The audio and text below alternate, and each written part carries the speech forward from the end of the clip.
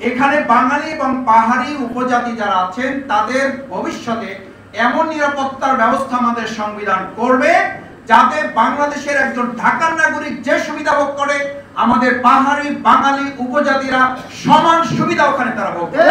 বাংলাদেশে অশান্তি তৈরি করার জন্য সেখান থেকে সেনাবাহিনী প্রত্যাহার করে তারা তাদের মাতব্বরি প্রতিষ্ঠা করার জন্য ষড়যন্ত্র তারা করেছে, এটা কখনোই আমরা বাস্তবায়ন হতে দেব না। আগামী দিনে এমন সরকার জনগণের নেতৃত্বে প্রতিষ্ঠিত হবে, এই সমস্ত চক্রান্ত ষড়যন্ত্রের সমুচিত জবাব দিয়ে বাংলাদেশী নাগরিকের যেমন অধিকার হবে তাদেরও নাগরিকত্ব নিশ্চিত আমরা করবো ইনশাআল্লাহ।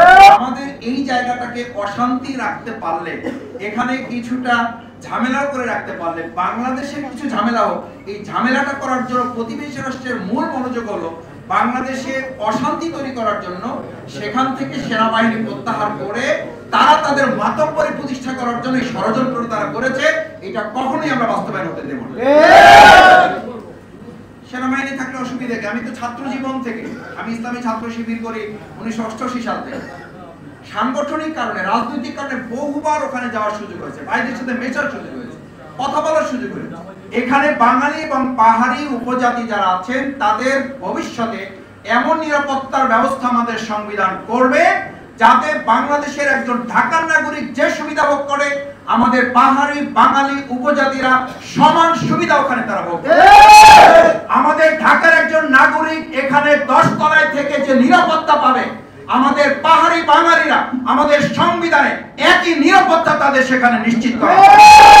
আমি সবশেষ অনুরোধ করি, বিচ্ছিন্ন যখনই কেউ হবে, আমি যখনই বলবো আমি অমুক দলের হিসাবে কথা বলি, তখন আমার কথাটা সেটা দলের। যখন আমি বলি আমি বাংলাদেশী একজন নাগরিক হিসাবে কথা বলি, তখন আমি তো এই দেশের 18 কোটি মানুষের এবং 56,000 বর্গ মাইলের কথা বলি।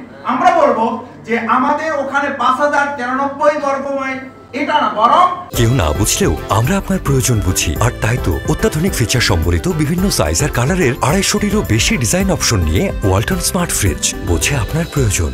তাদের আলাদা করা হবে, আমি মনে করি চক্রান্ত করে, ষড়যন্ত্র করে তাদের নিরাপত্তা নিশ্চিতের নামে বাইরের একটা অংশ তাদেরকে মেন্টালি, সাইকোলজিক্যালি তাদের উপরে আধিপত্য বিস্তার করা, বাংলাদেশ থেকে তাদেরকে বিচ্ছিন্ন করা অংশ হিসাবে যে ষড়যন্ত্র করছে, আগামী দিনে এমন সরকার জনগণের নেতৃত্বে প্রতিষ্ঠিত হবে, এই সমস্ত চক্রান্ত ষড়যন্ত্রের সমুচিত জবাব দিয়ে বাংলাদেশী নাগরিকের যেমন অধিকার হবে তাদেরও নাগরিকত্ব নিশ্চিত আমরা করবো ইনশাআল্লাহ।